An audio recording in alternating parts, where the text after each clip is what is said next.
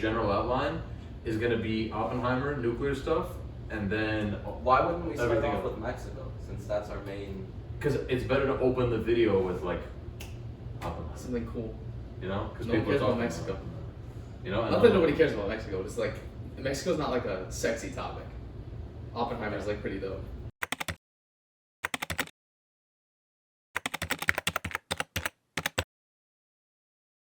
Who's seen Oppenheimer? I saw it last weekend. What'd you think? I liked it. It was a little long, but as usual with Nolan, it's, you know, I could call it a cinematic masterpiece. Really well made, but the message I think is still very relevant today. It's scary though. The ending. I know you didn't see I it, have but not seen Oh, you have not seen the it? end is like the whole globe being engulfed in flames. Mhm. Yeah, and I mean the whole movie we saw kind of the internal battle within Oppenheimer. You know, part of him that he wants to help his country, he's very loyal to America, but at the same time his main concern was what's going to happen after we actually release this bomb. Will this lead to spiraling out of control and countries competing for who's going to build the bigger bomb? The way he saw it, it could really lead to the end of the world. They alluded to that actually at the end of the movie. Exactly. I mean, since then, even though we still have the threat, we have even more advanced technology. Yeah. Mhm. But there have been a ton of agreements. We only have a quarter of the original arsenal at the time of the Oppenheimer.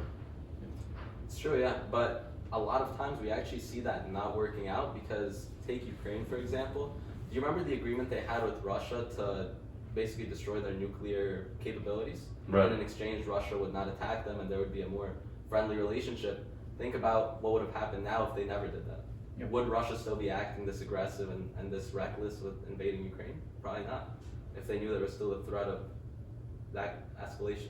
I mean, I don't think international policy is really ever a representation of what actually goes on. I mean, behind the scenes, there's so much that we do not know about, like the US military. I'll give you an example that's not Russia and Ukraine, but in Iraq, they were guarding poppy fields. Why is the US military guarding poppy fields? Why are they guarding drug farms, you know? Right. And then once we pulled out, those poppy fields were completely harvested. So, you know, it's one thing to say that these acts are in place, but ruthless rulers can do anything at any point in time, and I think that's what Oppenheimer's concern was.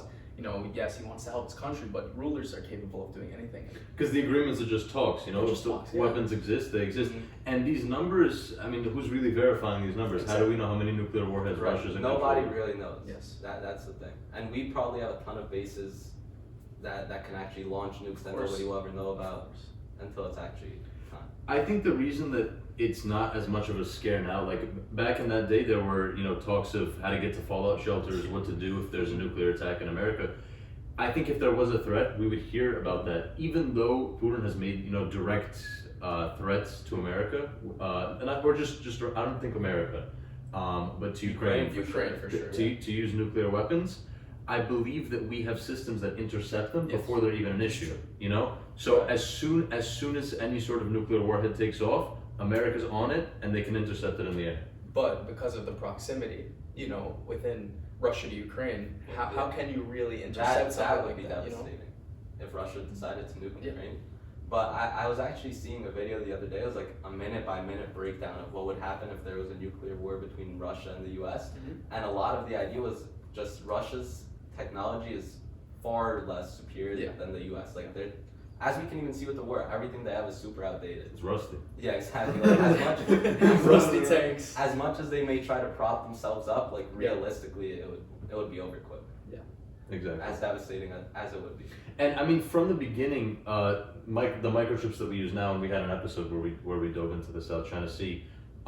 Those chips, the reason they were developed were for the U.S. military. So America is the father of these. Of those chips. Exactly, and of these advanced systems that can, you know, lock onto targets, moving targets, stationary targets.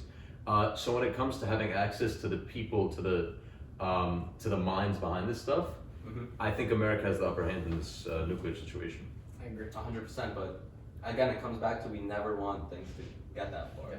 And even in the movie, a lot of the scientists involved with the project, none of them actually wanted it to be used. And I think it actually comes back to an interesting theme in the movie itself, which was the difference between the theoretical side of the science behind the bombs versus the actual practical application.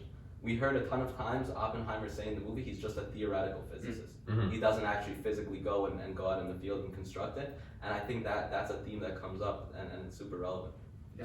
And one of the guys involved even said, I don't want the culmination of 300 years of physics to be a bomb that kills people. Because it's amazing, and if you're not familiar with the story of Oppenheimer, but he brought the European science to America. Yeah. So in a large way, if it wasn't for this one person, America would never have the nuclear power that it has today. Which is insane. Which Because is now crazy to think about. we are a tyrant in that field, you know, and all because of him, all because of what he established here. Yeah. It's crazy. Right. But here's the thing, right? A lot of it, I think, also you can bring back to, yes, maybe, now, as you said, we're a tyrant, but would you rather the nuclear power be in our hands or in countries like North Korea being, the sole power? Like that's definitely not something that would be more safe for the world. Yeah. Obviously ours. Yeah, obviously ours. Exactly. Yeah. And something I wanted to talk about, which I was telling you guys before, was like, when it comes to any method of technological advancement, there's always going to be benefits, disadvantages. There's always going to be optimists, pessimists, and we have to just work and kind of compromise where we have to compromise. And sure, North Korea is dangerous, but I'm sure somewhere along the lines we can have some sort of compromise with them.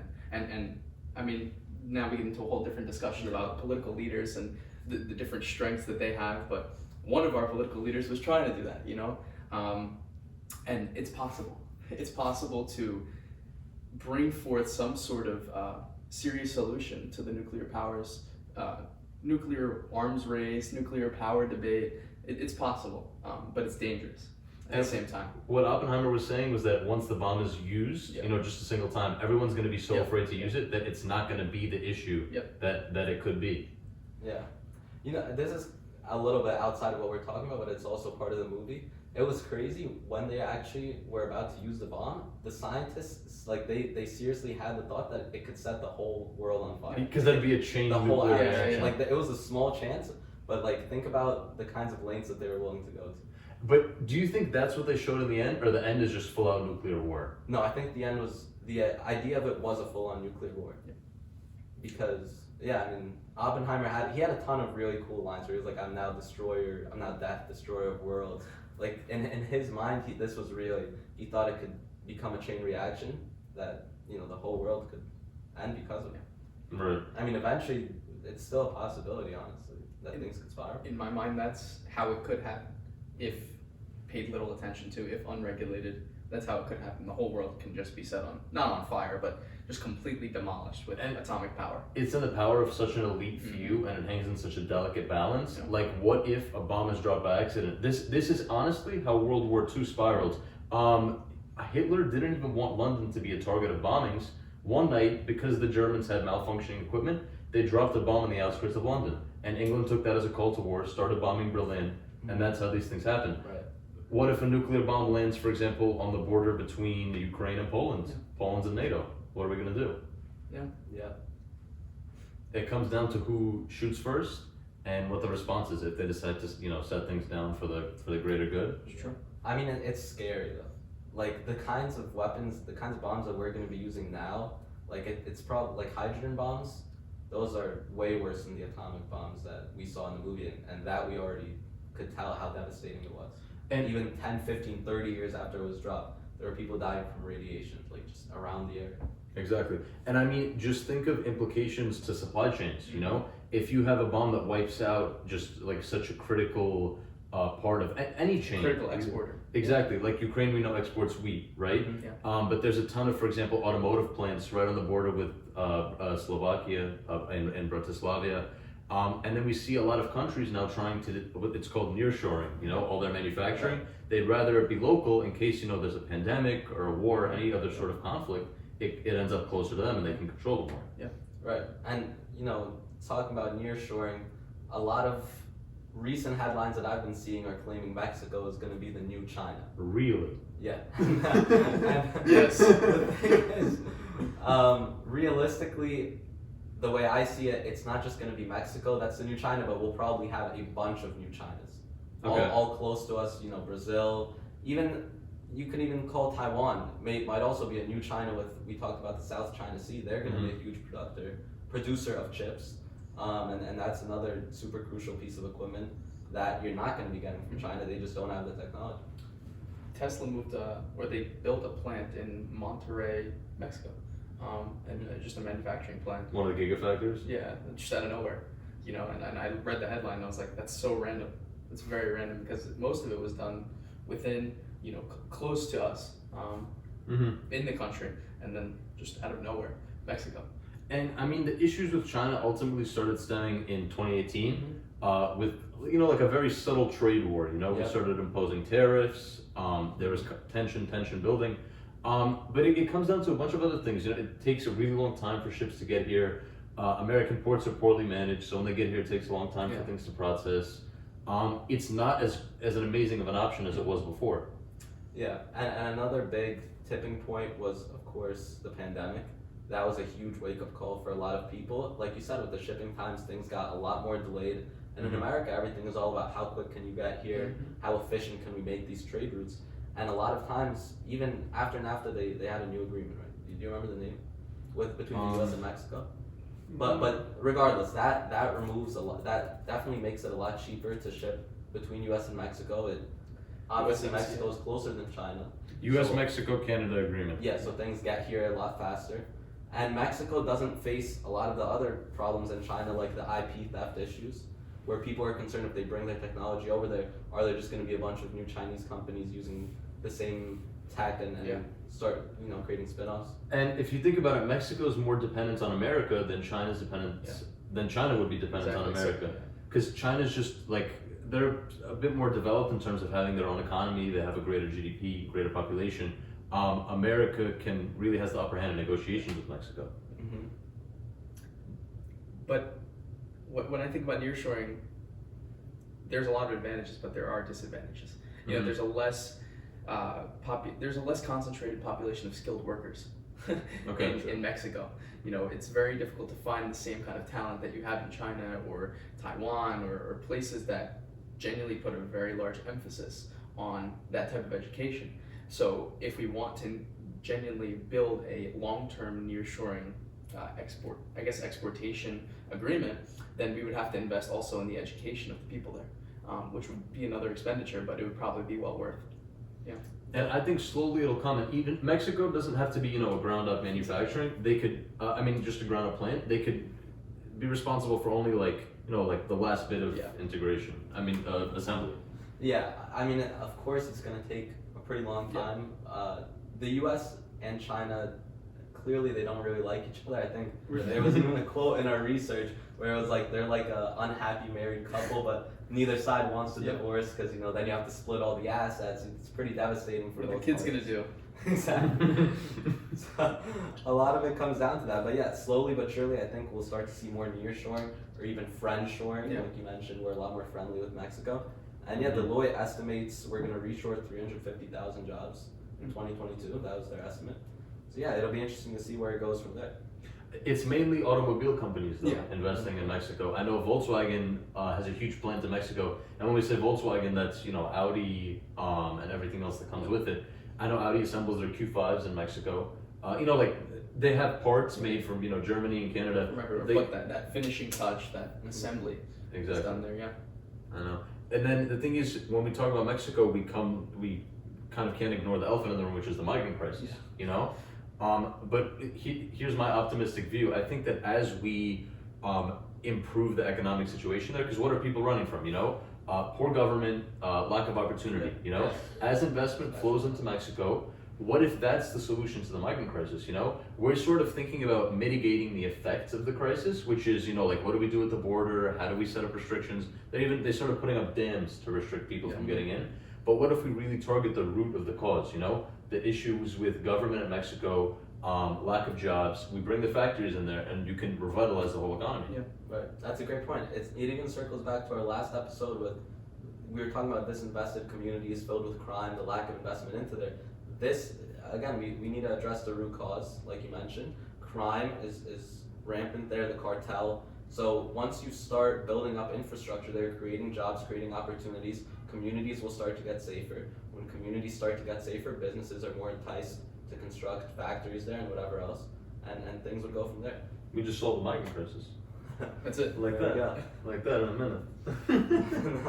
Of course, it's a super nuanced issue, and it'll be a while before we see super noticeable change. You need Mexico's government to be on board, because a lot of the things that we see as bad, it comes down to a bunch of corrupted officials, like it always does.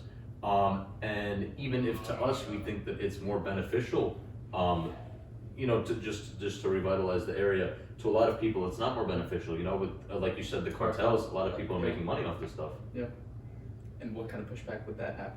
What kind of revolution would that have? Could it be similar to like a Cuba situation, right? Good point. Yeah, it's always funny, like when, from America's perspective, a lot of times we're trying to just help out the country, and We think we're the good guys. yeah, exactly. We think we're the good guys, but it's all about perspective, right? Like from their opinion, here's like all of these foreign people coming in and trying to save us, help us out, whereas really it's probably destabilizing a lot of areas as well. And I know you were telling me you spoke to a professor from Yale who said that when you take economic opportunities away from people, it's not. How did he put it? Right. So the conversation actually stemmed from, we were talking about child labor. Okay. And Nice. we were talking, right, in China specifically. Nobody's here? I can cut it out. That- Hey. Okay, Fitz, we got the apartment if you want to show you. You go show. Are you guys gonna be a while in there? You want to shut the rest of the door? Yeah, could you? Thank you so much.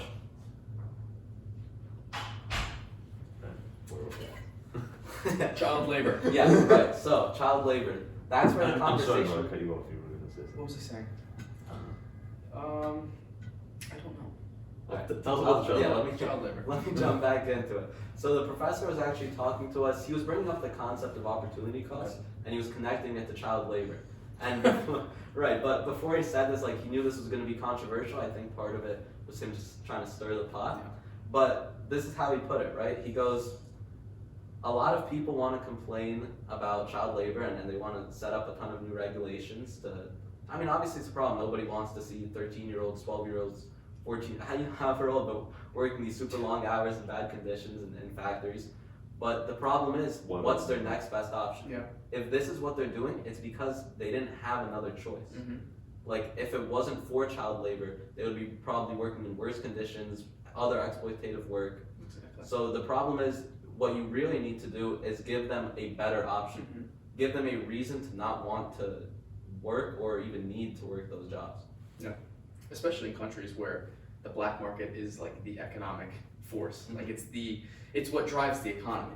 Right. In like a Mexico or a And Tijuana, nobody wants to talk about that. But they Tijuana, need that. Brazil. Like, this is a serious problem. Cartagena, Colombia is filled with, I mean, I don't know if you guys watch Sound of Freedom. No. I do not. I love Sound of Freedom. Is it serious? No. Sound of Freedom is a new movie. Okay. I've heard about it. Very actually. silenced by the media. Uh-huh. It's about child sex trafficking. Yeah. And it essentially takes place all in Cartagena, Colombia, South America. And it shows you the ins and outs of the child sex rig that is set up in South America and Latin America in general. And even though this is sad, that's what is a driving force in that economy. You know, that's really the sex trade is what drives the economy. And that's a little bit off of what we're talking about. But to bring it back, you know, these black market industries are what drive some of these local economies, and to destabilize that would be extremely dangerous. So we're gonna have to really take calculated risks if we are to establish these plants in places Right. like that, you know? Right.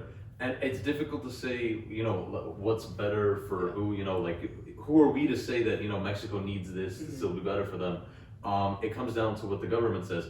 But also, in my, humble opinion, I think that if we do take manufacturing out of China, in a large way, that might even be a net positive, because they're going to move away from, starting from the 1980s, this economic opportunity is what helped them grow, because they didn't have the better option for work. Right. But now they do have a lot of better options, So if we move manufacturing out of China, who knows? I mean, obviously, like we think of China as a competitor, but what if we think about them as a friend for a second? It'll put them in a better position. They'll be focusing on different things. Maybe you solve the intellectual property laws, and then they'll be producing their own stuff. Yeah. Right. I mean, a lot of the problem with China also comes down to their leadership. businesses don't want to start and set up shop there because we see what happens to, what was it, the founder of Alibaba, where he went missing for like a couple months, nobody knew where he was, and he's probably arguably one of the richest, he probably is the richest person in China, and definitely up there. So it's very risky for people to set up, to be entrepreneurial in that country. Everybody is trying to funnel their money into America. So in terms of starting up their own goods and their own production, it would be difficult with the type of regime that they have. I mean, it takes a while to do all this stuff, especially when we're looking at, like, let's take it back to Mexico for a minute. Their infrastructure isn't ready, you know? Nope. Like you said, they can't be a new China. It'll be maybe a local China, you know? Or a local Taiwan.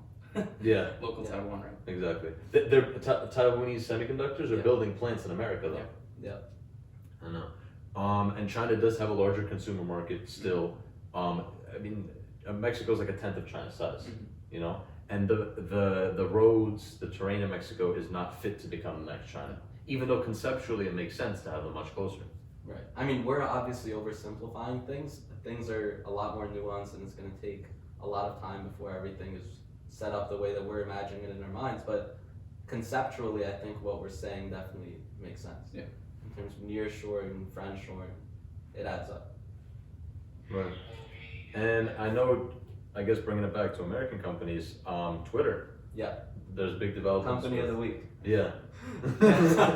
So Twitter is my pick for company of the week. Not to say that I agree with what their move is, but have you guys heard about what they're doing transitioning from Twitter to X.com? Right, Elon has for a long time really loved that letter for whatever reason. Tesla X, we hear about his kid. SpaceX, his kid. XAE12. Exactly. He loves the letter, and now he wants to turn Twitter into the everything app. So if you guys know how WeChat works, he wants to kind of mirror that. So he sees, this is a direct quote, X is the future state of unlimited interactivity centered in audio, video, messaging, payment/banking, creating a global marketplace for ideas, goods, services, and opportunities. So how do you see that playing out? I read somewhere that there's going to be stock trading on Twitter now, probably. and I was like, what?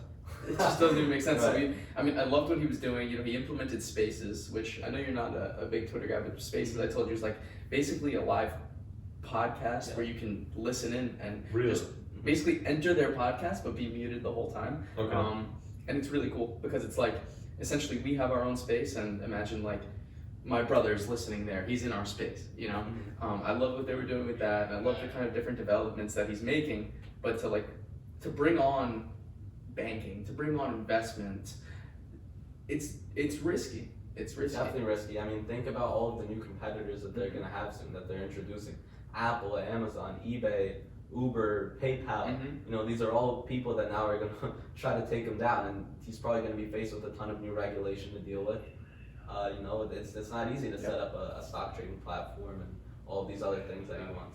I think he could if he wants to, and there's a Russian saying, "Хочешь, когда можешь, когда хочешь," which means you could when you want to.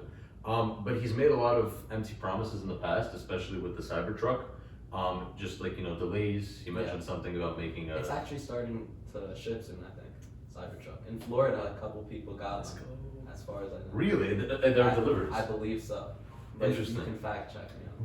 But I know it's coming soon now. The point I'm making here is, he wants to make a rocket, send it to Mars. He could do it if he wants to, and I think he does what's most important to him. So obviously this fully integrated thing would be important, but I wonder what he's focusing on now. I don't know if this is an idea or if this is actually being developed, because he cut the workforce down by some insane percent, like more than half of the people are gone.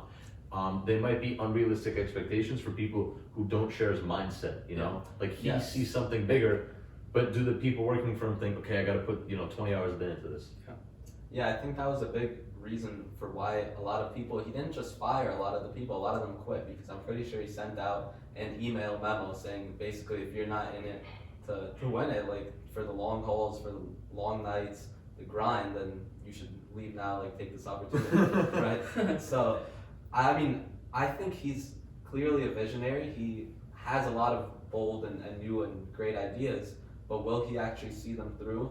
I don't know, like he might run into unanticipated roadblocks. Even I think a lot of his vision for Twitter. I think after he bought it, he had a little bit of buyer's remorse, right? He was trying to back out the deal. A lot of times things don't actually play out the way that he might see them. It's an expensive back out. Exactly. It is expensive. Big He wasn't able to, but Obviously. yeah. And what was, you were telling me Twitter's going to be powered by AI? Yeah, I mean, I don't think that there's really details on that yet, but I know that they are working on integrating it in some way, shape, or form, and we're probably going to see that a lot. I think I even saw Google and Amazon as well. They're going to be integrating AI into their services and software soon. Well, I mean, if you think about it, AI has been integrated for years with, Right. Alexa, and Google has had their own AI for years. It's just they never released it until OpenAI released theirs, and that's I love AI.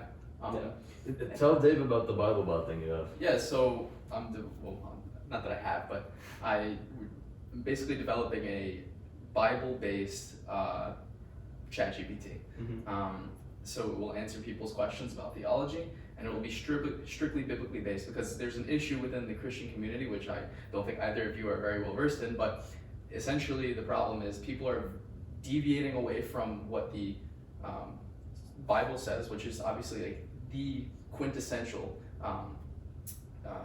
standpoint that everyone in Christianity should have. But you see a lot on TV, like people who just say random things about Christianity or just say random facts, right?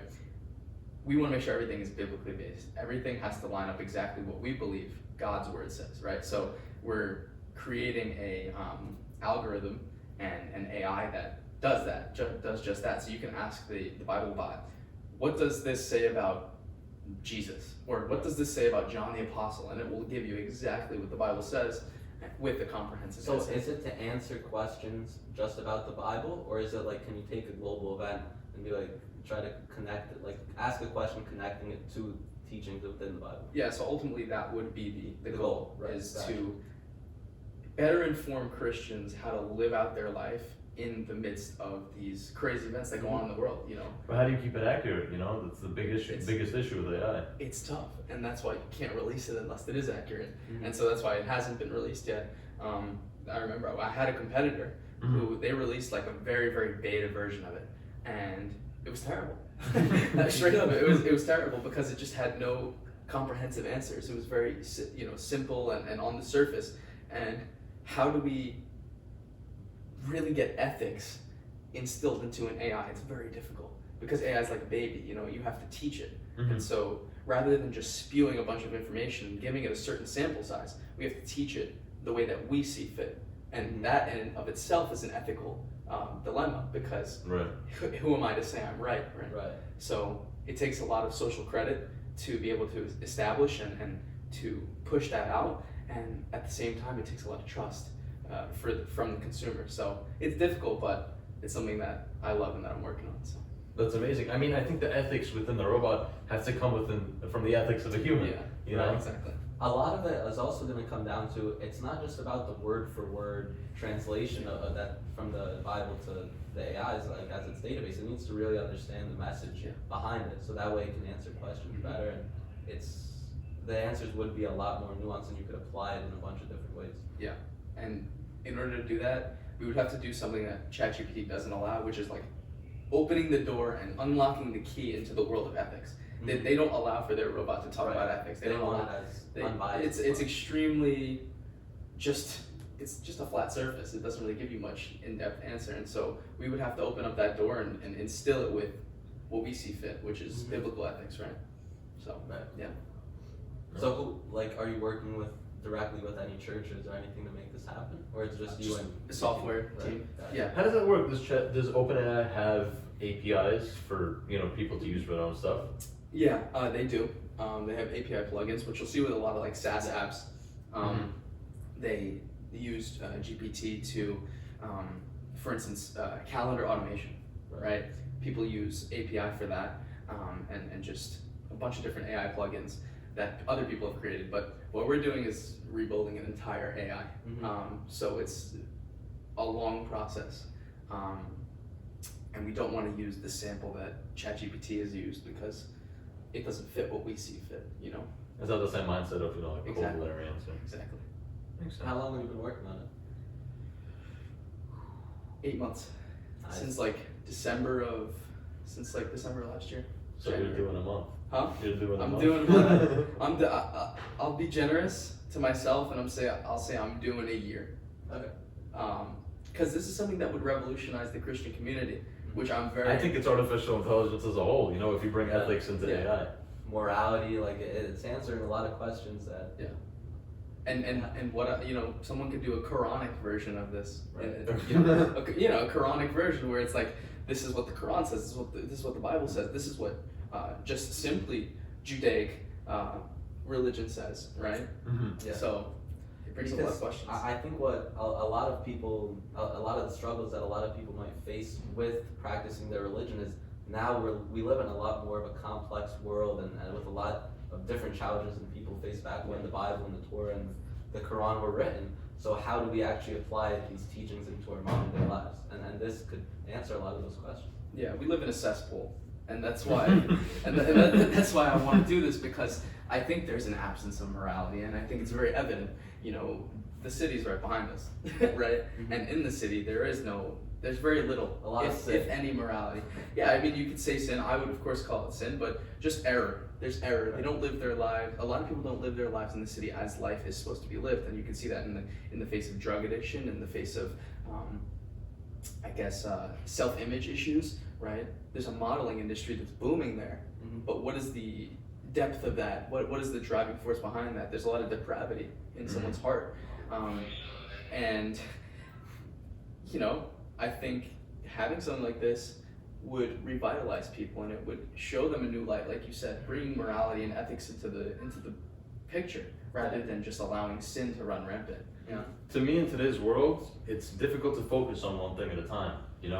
There's, for example, like I took out my computer to text you, and I saw a note on the side, and I had to type into it quickly, and then something came into my mind. I wanted to search it up on Safari. Like, we have the ability to do so much. It's difficult to actually get things done. Availability of everything is a really big problem. Like before, people didn't used to have Instagram and other social medias and things to distract themselves from what's important. Mm-hmm. So people could, a lot of times, they would just sit and read and write and do these things that are not as, what's the word, like? Dopamine Fulfilling? flying. Maybe, yeah. The things that they're doing, Yeah. they're fulfilling. Yeah. Right, exactly. Like it's a lot easier to fulfill your desires. Like, social media was masqueraded as something that could have been great, but it's difficult to use it as something that's great. Humans, when they're presented with something that's difficult, something that's easier, Right. they always do the easier thing. You know what I mean? And social media, what does it impact? Not just daily life, but elections, public sentiment that media has done for years, Even with Oppenheimer, bringing it back to the beginning, they were trying to take him down through the media, trying to discredit him through the media. And it's so much easier to do that nowadays. Yeah, I mean, even when it comes to things that aren't true, even if they're said about somebody, that can completely destroy somebody's life.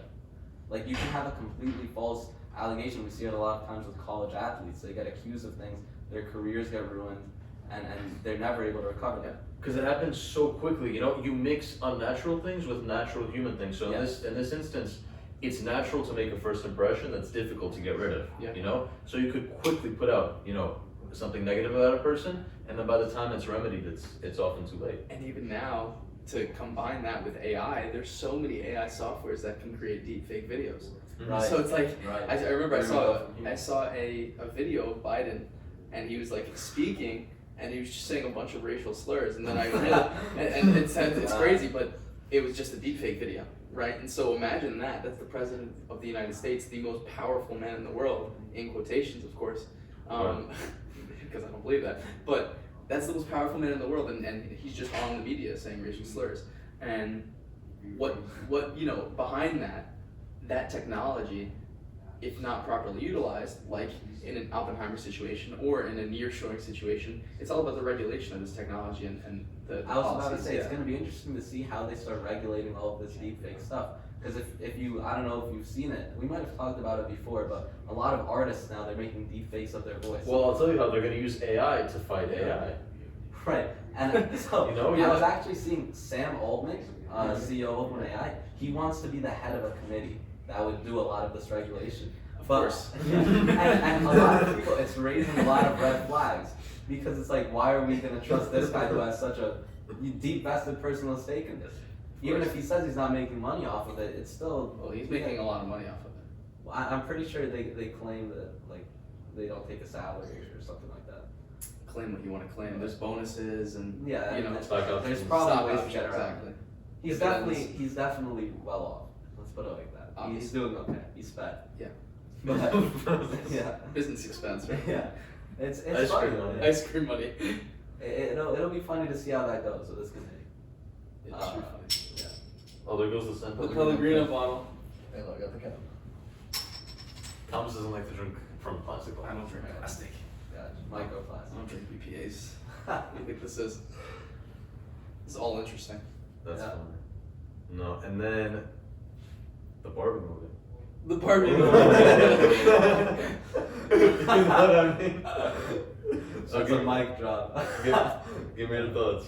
Well, I haven't. Have you seen it? I'm watching it tomorrow. I have not seen the Barbie movie. Isn't it all about like what is it all about? Do you know? I know it's a lot of girl power and feminism, which I'm a feminist myself. Okay. Completely support all of it. I was born a feminist. I was Yes, of course. But no, I mean I don't know. I know I've seen videos. David linked me a 45-minute video of Ben Shapiro tearing it to shreds. But I don't know. Tell me about it. I didn't end up watching it. I mean, it depends how seriously people take Yeah, it. exactly. You know, at the end of the day, it's just a doll. I'm interested to see when I watch it tomorrow if how thin of a line it walks between let's say girly Yeah. and presenting really serious messages. Yes. So the idea I think is to make the viewers understand, and for girls it's probably really relatable, like the female struggle that they face. But it's definitely something to balance, right? You don't want to make it super one-sided. I mean, I have no idea what the movie how it goes. Right. So I can't really speak on it. I saw an article and I definitely heard this from somebody. I think I was talking about it yesterday, where there's a line in the movie where it's essentially propping up Barbie to be like this insane person, like the most amazing person ever. Mhm. And then it's like, and he's just Ken. And to me, I know it's all what I read was it's essentially promoting the sentiment of Barbie's Barbie. She's an amazing girl. She's girl power, blah blah blah, Mhm. all that. And then he's just being used for his looks. He's just being used. He's just there. It's Ken. Yeah. Right, hold on, let me Yeah, get the door real quick. And I actually Hold on, I'm fine. I wanna zoom in on that. Let me read this. You might like this one, Thomas. It says Barbie is a movie about abortion. Yeah, we did. Really? Yeah. What is it? We found, so what's going on is the building is running too much pressure. That's on my parents. Yeah, those are the parents. Thank you. You got it, bro. Grab my water.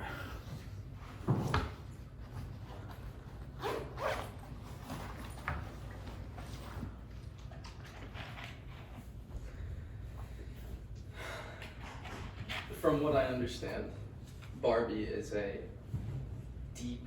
There's a lot more of a deeper meaning behind Barbie. Hold on. That's crazy because it's a doll. It's I a know, doll, I know. Like, why are we doing this? Why is I this know. world like this? It makes no sense. I think there's a deeper meaning, and what's interesting is in trailers, the way that they portray it for some reason is like they do prop up Barbie in a way. Yeah. There's no, I think, straight male actors in the movie, and What for about Ryan Gosling? no, but he doesn't play really a straight guy in the movie, or does he? I I Or don't is he know. supposed to be Barbie's I lover? have no clue. But the thing is, at some point, from what I understand, the guys and there's like a huge separation between Yeah. them, and they really demonize the men in the movie. Yeah. Like there's no, for example, like a male ally or anything like that. Yeah, but I guess It's it is, funny. just a doll. Yeah, but it's. Go ahead. Well, I was just gonna say this is something that we've seen in a lot of children's movies. Actually, even going back, like where they try to introduce the adult plots, but kids don't really see it. Like, do you think Yes. little girls who are watching, little boys as well, I guess, like, do you think that they're picking up on all of this stuff? Little kids. 100%, and that's the intent. I mean, I saw, to bring it back, I was talking about Sound of Freedom before, which I want to talk about this as much as I possibly can, because I want people to know about this. There's a serious sex trafficking industry that powers a lot of South America and the rest of the world, that powerful people in the government are a part of. And this is factual, and it's literal facts. So I'm not speaking like out of my behind or anything. And that movie is being silenced. The theaters of that movie, there have been issues. Can I even find showings of it? Of course, yes. I'm actually going to see it again. Really? Yes, I got so emotional. I got so angry at what was going on because I knew that it was real, and I knew it was real because at the end they showed a clip. So essentially, the whole movie's about this guy who. Let me ask you: is it filmed as a documentary or like realistic no, fiction? It's realistic fiction. Okay.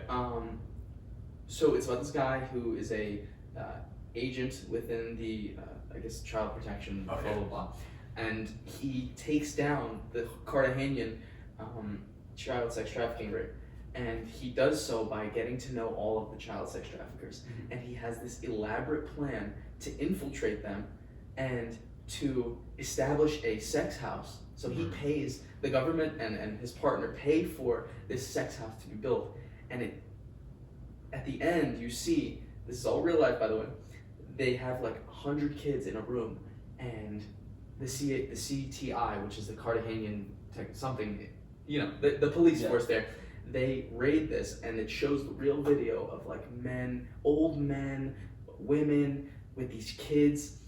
It's terrible, and this is a real video, documented. That's being silenced, and even so much so that when people go to the theaters, there's air conditioning problems, there's lighting problems. You know, Really, not show the movie. Exactly, they don't show the movie. But Barbie is just being pushed and pushed and pushed and pushed because there's an agenda being pushed. I mean, look, the Sound of Freedom is still like a tougher pill to swallow, you know. Of course, But no, the audience is probably smaller. But has there been backlash against the movie? So much, and this is, you guys hadn't heard about it prior to today, right? Yeah. So I'm not that saying should like say just, something. just in terms of it being silenced, but like, are there criticisms that are being pushed? There, of course, there's criticism, and most of it comes from people who are in higher places, and they're saying, "Oh, it's not real." You know, "Oh, none of this actually happens," but it obviously happens. Right. You can search up black market GDP, and the like #1 earner is sex trafficking. Why would Donald Trump place such an emphasis on child sex trafficking? Why? If it doesn't exist, then why? Right? There's even theories that in 2008, what propped us up was the drug trade in America. You know, that's an economy that keeps running. You know, it's I guess desires and addictions that people always need to feed, no matter how little money they have. That was a line in the movie. Was the agent? He's going through his thought process, and he's like, "Why is there so much money in this? Why is blah blah blah?" And he's like, "Well, houses and medicine you could sell once. You know, you could sell once to the consumer, but a child you could sell multiple times." You know, I'll tell you what else it is. These industries that feed off of, you know, like humans' innate desires, they're recession-proof. Yeah. You know, what are you gonna do if you're, you know, addicted to something or you need your fix, and you know the market's not doing well? Yeah. You'll find a way to get to it. Even instances where the market isn't doing well, if we are in a recession, a lot of people are unemployed. That's what they'll turn to a lot of times. Like that could actually create new spikes. Yeah. Sadly. Exactly. Like when people need something to fall back on, they go to their most like innate, like primal, sinful desires. A lot of that. I mean, that's a trend that we've seen time and time again. It's a shame. Yeah. It's a shame. It shows the carnal nature of man and how really innately sinful I guess we are. You know, how error-filled we are. Because, gosh, this stuff is twisted. And the way that I see it, nearly every human is presented with the same desires, and it's how you deal with those, you know, I guess vices is a better word, that sort of defines you as a person, you know? It's easier, like I said, if you're presented with two things, you do the easier thing. It's easier to do certain things than others, but that's what really sets people apart, you know? Like, are you taking like the longer day, the greater hours? Not to say that, you know, like hard work is the only way, because there's a lot of issues, especially in America today. You know, you can't really like rise to the top just by, you know, working constantly. Sort of maybe like a generational thing or a situational thing. But as, you know, as a general theme, the less you succumb to the easier desires, the better place you'll be in. Yeah. Right. Nothing worth having comes easy. Right. Sure. And like you said with the long hours, like it's not just about putting in the time to work the super long hours, it's also about what you're putting your time into. Right. Right, you need to be doing things that will yield like the best probability of luck even. Like I was actually reading an article about it, and this guy was saying it's super important to put yourselves in positions to be as lucky as possible. Yeah. Like it's a lot of it, like he was saying, like there were different types of distinctions between it. So there's blind luck, which is like what kinds of families you're born into, what you look like, yada yada. But other things are like if you're consistently doing something and you keep putting yourselves in circles where it's possible that people will come through that will help you out eventually. I mean, to some people it might look like luck, but in reality it's just, you've been consistently putting in the time and effort, and eventually something's gonna happen. Yeah. So it's masked as luck. Yeah. And there's even the One Houston Maybe initiative. Yeah. Well, so the One Houston initiative, it's basically a lot of cities when they want to target crime, they want to invest in these areas. They want people to put money into there, but no one really wants to put money into these areas. Yeah. But what I love that Houston is doing is they're looking at disinvested areas, and they're looking at the youth in those areas, the next generation, and they're funneling education, resources to the kids. And I think that's beautiful, because it's easy for us to, sit here and say that, you have to do the harder thing, but a lot of kids don't know that, a lot of kids are growing up, without really that many options. Yeah. So I think that the Houston approach specifically, and I'm sure other cities are doing it. I'm sure it's common. It's amazing. Yeah. It's amazing. But I mean, it comes down to, we even said it last time, it's crime prevention, not crime reduction. Yeah. Mm-hmm. Like setting up the right ideologies and morals in kids at a young age, so that way when they're older, they're going to make smarter decisions and not cave into a lot of the things that people fall back on, like we were saying, with drugs, with alcohol, all of these other things that it derails a lot of people's lives, truly. It's a lot more common than we think too, because even in New York, right, and we're in Brooklyn, I mean, there was the mob like 25, 30 years ago, right? And growing up, I know Italian crime families. The Italian crime families, and I am very well versed in what that means. I know what that means. I grew up basically on the streets that they used to do what they did, right? And Bensonhurst. Yeah, and of course, living there, my family knows people who were there. And so hearing about that, what does that mean to me? It means I have to look at where I am, what situation I'm in compared to what they were in. The only option back then was to steal cars, rob banks, sell drugs. It's not just a Houston thing. These problems have been going on forever, and you look at the New York City school system now, it's an amazing system that has brought up amazing people, and this is the evidence of that. Right, this is the product of that. I don't have to be selling drugs, I don't have to be stealing cars or robbing banks. I can be out here talking about Oppenheimer and Barbie. I mean, the New York City school system has a lot of, Of course, but it exists. Yeah. And that's the most important thing. It exists in the way that it is, and it genuinely does attempt, in its best form, to breed leaders, I think. Well, I mean, that's arguable. Like, I think not everybody needs to be a leader. Like, I think at the very least, if they're trying to keep people off, dealing drugs and robbing banks, I think even that is enough. It's better to have that mindset. No, I meant more so specifically the New York City school system. There's a lot of shortcomings with the way it's managed. Like what kids are being taught, the way that they handled COVID. There's a lack of teachers. Of course.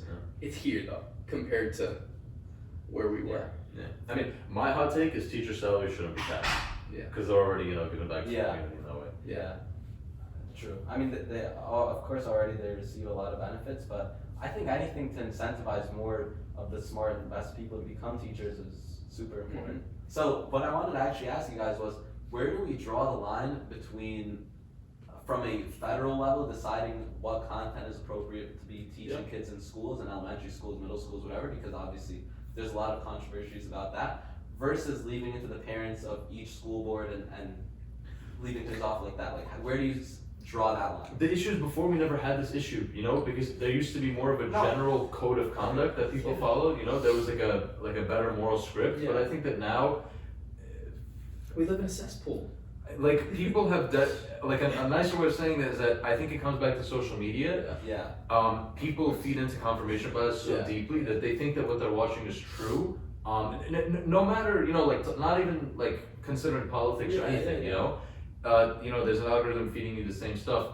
And that's why we have so many controversial opinions, and that's why we even had this issue to begin with of do you decide on a federal level, do you decide on a state or local level? And I don't know what the answer is. So, sorry, let me just add on another thing. This is not necessarily a super new thing. Like this has probably existed since the start of schools of deciding what you want them to be teaching your kids versus what you leave to the parents to teach. Before, I'm pretty sure even in middle school this came up where some people in, I think it was science class, one of the science classes, maybe biology or something, like there was a question of whether parents would want their kids to learn about evolution, like scientifically, like if some people don't believe in that. I don't even remember if that was in our school or in others, but it's definitely something that came up. But yeah, what you were saying with social media, that does kind of create the what's the word with like the tunnel, where it's like you only hear tunnel vision kind of, or whatever. There's a term for what I'm trying to say. I think it's confirmation bias, no? It doesn't matter, but the meaning is the same. But yeah, basically you're only gonna hear what you want to hear. Mm-hmm. Right? And if the algorithm sees that every single time you interact with the video, it's saying one thing, I don't even see it as like a conspiracy thing. I think it's just, that's how you would want to make an algorithm. It's like, difficult what to people find, would enjoy the most. Right? That is the algorithm, right? Yeah. Like if you like a video, obviously they can show They you can something show you similar. more like, sorry, let me just say one Go more ahead. thing. Like a lot of people, I see like to kind of push the idea that it's the people in power necessarily that are trying to push you to believe this certain thing. And while that might be true to an extent, I think a lot of it is also just the way that the social media It's algorithms human nature. Work. Right? The It's human nature. They feed into these algorithms feed into human nature, and I think the issue is that, like I was saying, it's easier. You're always going to do the easier thing. It's easier to not find a different opinion. Whatever that opinion is that you're feeding into, you're scrolling. Sometimes it's difficult to see that it's biased. Yeah. Exactly. And if you're only watching media from one source, and you never are willing to listen to the other side, you're never gonna know if what you're saying, like how far gone it is, right? Like your beliefs might be super swayed to one side, but to based on you what you're don't seeing- think it is. Yeah. Exactly. Yeah. I think we can all agree when I say that cities create problems for themselves when they fail to educate children properly, and then you deal with those effects later, And I'll bring this back to Mexico. You have the grassroots issue of people don't have economic opportunities. That's why you have the border issue. You have to trace issues back to their root cause, and it's difficult to deal with it because then it becomes like a snowball effect.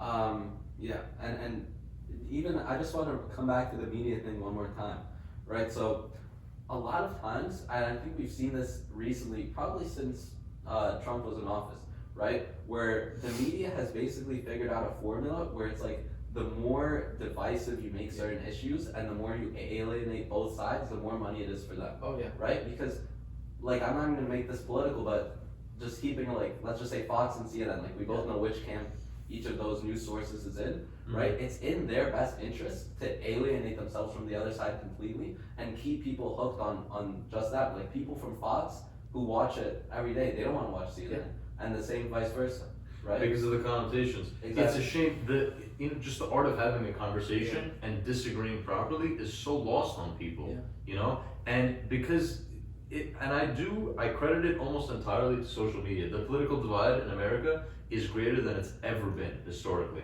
And it's difficult to act as a unit and to make coherent decisions, across the world. And I think, for example, let's look at Israel, right? I'm not sure if you're familiar with the situation. They have something like 34 political parties. They want everything happy. They want everything happy. Everyone happy. And it's a problem because Israel, just Israel as an example, it's like a really contested territory, there's a lot of people who don't want Israel on the map. So when you show such instability within a country, it provides opportunity to attack. Same thing with America, if there's so much political instability within America, how do other nations start looking at us, How much longer can we be a global superpower if we're not united in any way? Yeah. So what you're talking about with the party system, I was actually watching an interview the other day. It was PBD, Patrick Bet-David. He was talking to Chris Cuomo.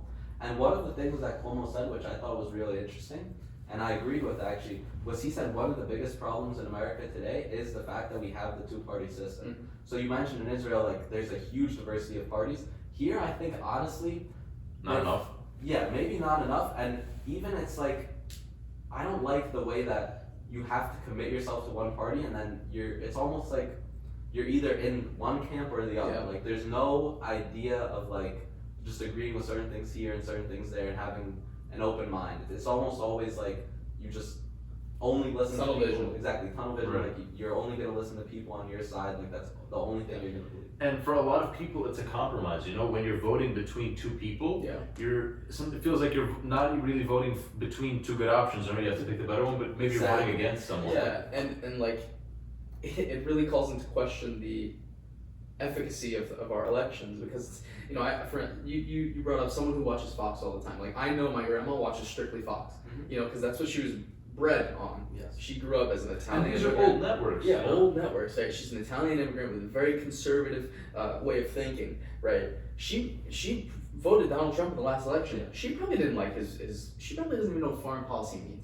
Okay? She probably doesn't even know what those two words mean. But she voted on Donald Trump's foreign policy without any knowledge, just because he's a Republican, right? Exactly. And that That's adds to what a you're saying. huge issue. Yeah, that's That's what a adds huge to issue. Because How- sorry, but like, we just have people who are politically illiterate voting in elections that have the Half weight of of the America world. doesn't vote. Exactly. Half America doesn't vote. How often do we have people that don't care about politics at all, but they're just gonna go in and like whatever party they think they support without knowing any of think about it. Most people have no idea what the candidates stand for. Like the only thing they know is, are you a Democrat or Republican? And if you're part of the side I believe, I'm just checking off every box with that letter. You know, like this is a big problem, and even like a lot of people like It's like a coloring book, you know? like, exactly. Red and but blue. like, think about it. Let's say, okay, both options are bad. Like, a lot of people want to say, yeah, I think, honestly, in our last two elections, like, between Trump and, what was it? Clinton and Trump and Biden, most people were saying, like, it's the lesser of two evils, yada, yada, yada, right? But Which is not how it's supposed to be. exactly, and we have these third-party candidates, like the Green Party, whatever, Yes. but it really, the only dent that it's making is it's just like, it's gonna like siphon off like maybe a little bit of votes, and that, sometimes that's a difference. Like I think in the Clinton election, there was a Green Party candidate who got like 2% of the votes in Wisconsin. Yeah. And that took away like basically only from Clinton, and that got Trump the state. Like it's That's like funny. these little things that just siphons off. But nobody realistically is gonna win from a third party. You know, there's this amazing website, I have to find the name, but it's a bipartisan source and it shows how biased an article Yes. is. Yeah. You know what I'm talking about? Mhm. Hold on.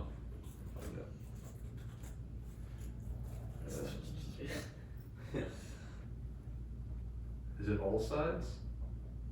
No, it's not all sides.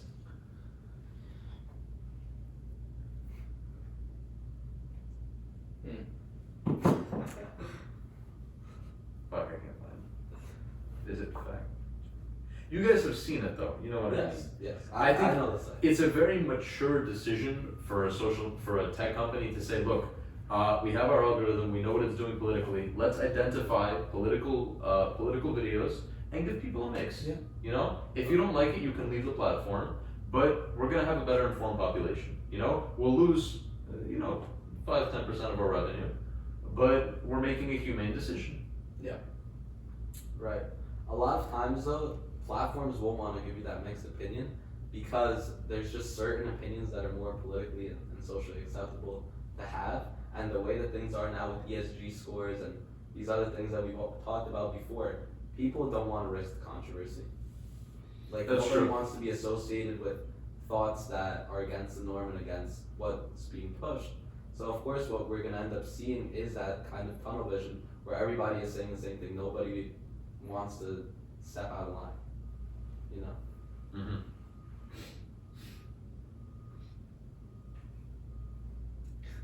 Wait, is there anything else that you guys would want to bring up? I really would cover a lot of stuff. Is there something specifically you want us to cover? Yeah, I know there is some stuff you want to bring up. We talked about AI, talked about nuclear technology. I mean, I love nuclear technology. I don't know if you guys want to go into that, but it's a whole conversation in and of itself. But I mean, I'm not that one. Yeah, you're not but really. I mean, like we can just go from like the average person's perspective. well, I was gonna kind of add on with Oppenheimer's. From Oppenheimer. Yeah, from Oppenheimer. Circle. Yeah, circle all the Robert. way back to the beginning. Huh? From Robert. From J. Robert. J. Robert. From J. Robert, exactly.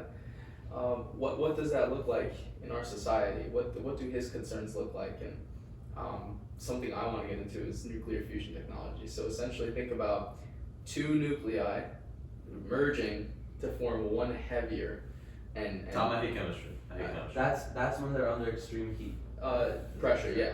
So heat, pressure, whatever. That's nuclear fusion. So yeah, Nuclear so fusion. Nuclear fusion. Okay. So And that creates energy. It creates energy. Yes.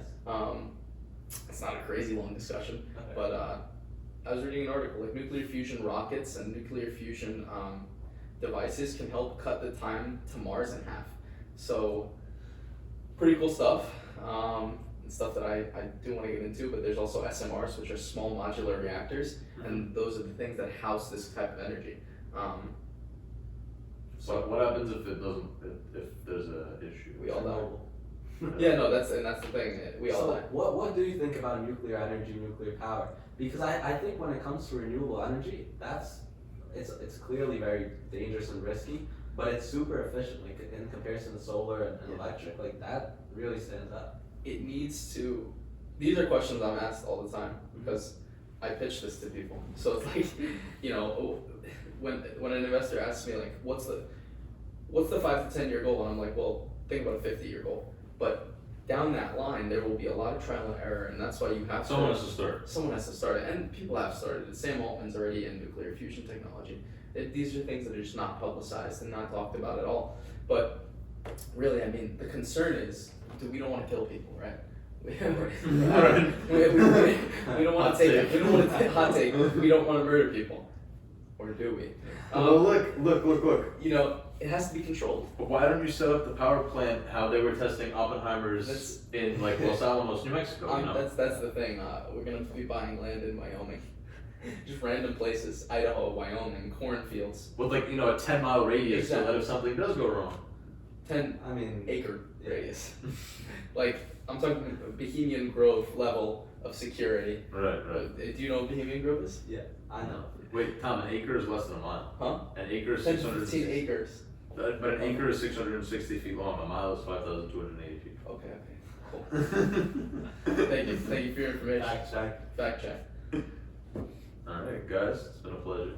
It's been a pleasure. Thank you, Thomas, for coming on. Of course, thank you for having me. Great shirt. Thank you. Great shirt. I love your shirt. I didn't get the memo. Just to clarify, everybody, I'm a cute conservative.